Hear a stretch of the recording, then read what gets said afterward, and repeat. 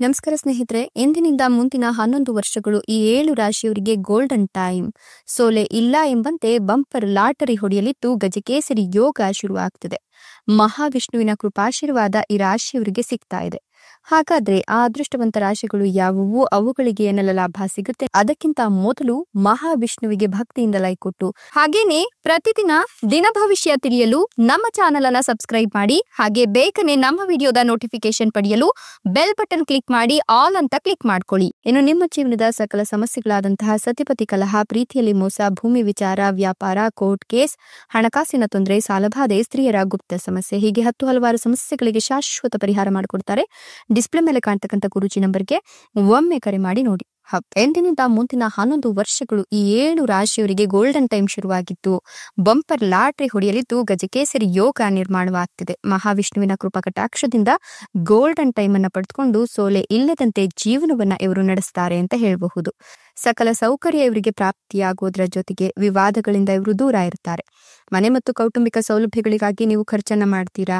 ಉದ್ಯೋಗದಲ್ಲಿ ಅಥವಾ ಉದ್ಯೋಗದ ಸ್ಥಳದಲ್ಲಿ ಬದಲಾವಣೆಯ ಸಾಧ್ಯತೆ ಇದ್ದು ನಿಮ್ಮ ಜೀವನ ಸಂಗಾತಿಯ ಬೆಂಬಲ ನಿಮಗೆ ಸಿಗುತ್ತೆ. ನಿಮ್ಮ ಸ್ನೇಹಿತರಿಂದ ಬೆಂಬಲ ಕೂಡ ಸಿಗ್ತಾ ಹೋಗುತ್ತೆ. ಕುಟುಂಬ ಸದಸ್ಯರೊಂದಿಗೆ ಭಿನ್ನಾಭಿಪ್ರಾಯಗಳು ಇದ್ರೆ ಅನಗತ್ಯ ಚರ್ಚೆಗಳನ್ನ ತಪ್ಪಿಸಿ ಅದರಿಂದ ನೀವು ಮುಕ್ತಿಯನ್ನ ಪಡೆದುಕೊಳ್ತೀರಾ.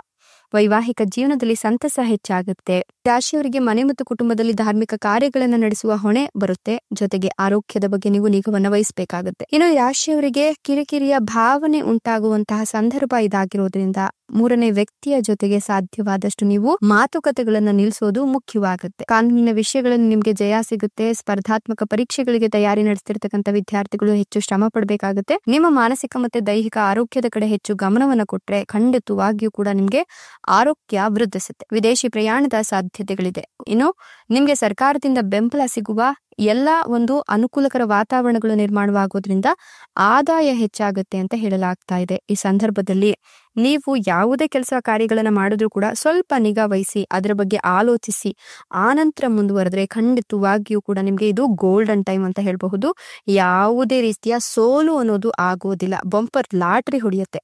ನ್ಯಾಯಾಲಯದ ಪ್ರಕರಣಗಳನ್ನ ನೀವು ಗೆಲ್ತೀರಾ ಅಂತ ಹೇಳಲಾಗ್ತಿದ್ದು ಕುಟುಂಬ ಸದಸ್ಯರೊಂದಿಗೆ ನಡೀತಿರ್ತಕ್ಕಂಥ ಆಸ್ತಿ ವಿವಾದಗಳನ್ನ ಪರಿಹರಿಸಲು ಪ್ರಯತ್ನವನ್ನ ಮಾಡಿ ಅದರಲ್ಲಿ ಗೆಲುವನ್ನ ಸಾಧಿಸ್ತೀರಾ. ಉದ್ಯೋಗವನ್ನ ಬದಲಿಸುವ ನಿಮ್ಮ ನಿರ್ಧಾರಕ್ಕೆ ಇನ್ಮುಂದೆ ಜಯ ಸಿಗುತ್ತೆ.